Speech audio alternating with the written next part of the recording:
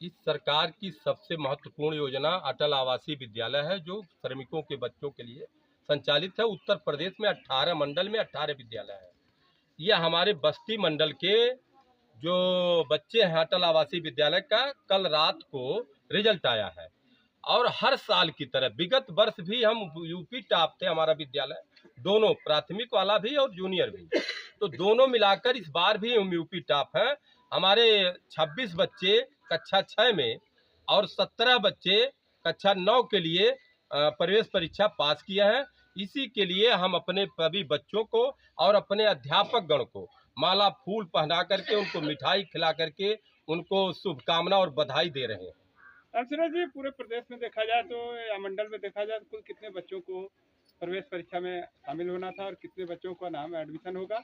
इसमें कितने बच्चे आपके आए हैं? 43 बच्चे। अब देखिए, ये 140 सीट कक्षा 9 के लिए है और 140 सीट कक्षा 6 के लिए है। ये पूरे प्रदेश के हर मंडल में व्यवस्था है, जिसमें 50% बालिकाओं के लिए आरक्षित है सीट।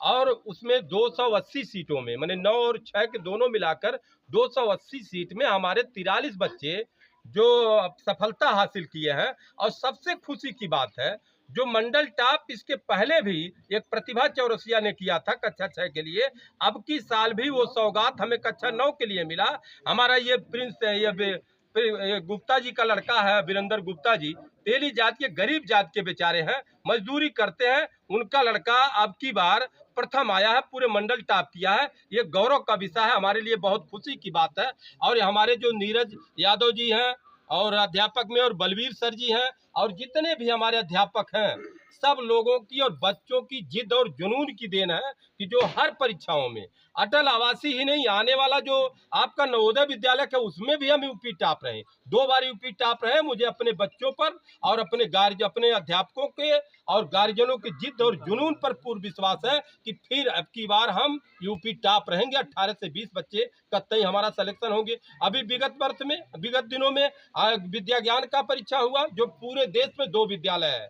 विद्या ज्ञान में भी हमारा परचम लहराया। आपका ऑल इंडिया सैनिक स्कूल में भी पिछली साल हमने दिया, और नवोदय विद्या सीएचएस में भी हमारा खाता खुलने वाला है, जो अब तक नहीं हुआ है।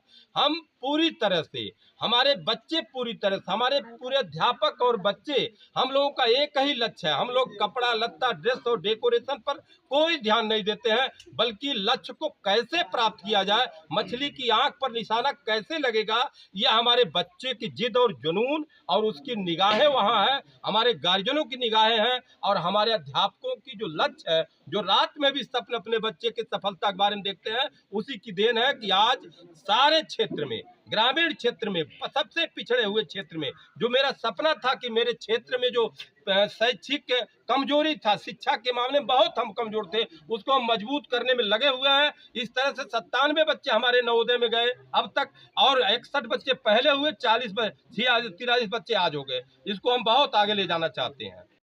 जी, आज अटल आवासीय विद्यालय जो मंडल वाइज अभी गुरुजी ने बताया है कि जो मंडल वाइज बच्चे अटल आवासीय विद्यालय में प्रवेश होता है, हमारे विद्यालय से 43 बच्चे ने सफलता हासिल किया है। इसके लिए हम अपने अभिभावक बंधु को और प्यारे बच्चों को बहुत बहुत शुभकामना देते हैं, और हम निरंतर मेहनत करते रहेंगे और निरंतर मेहनत करते भी हैं। रात रात तक जाग कर हम बच्चों को चेक करते हैं कि बच्चा हमारा पढ़ने में ठीक है, कि पढ़ रहा है घर पे, कि सो रहा है। निरंतर हम लोग इस तरह से गरीब बच्चों को आगे बढ़ाने का काम कर रहे हैं, और मेरे प्रबंधक जी का लक्ष्य है, उनके मार्गदर्शन के द्वारा हम लोग इस मुकाम पर पहुंचते हैं। और हम लोग चाह भी रहे हैं कि क्षेत्र में जितने भी गांव हैं और ज़िले में जितने भी गांव हैं, सारे बच्चे एक अच्छे विद्यालय में सिलेक्शन पाएँ, यही हम लोगों का सपना है। किशन, ये बताओ, अटल आवासीय विद्यालय में मंडल टॉप किए हो, इस परीक्षा के लिए कितने घंटे मेहनत करना पड़ता था आपको?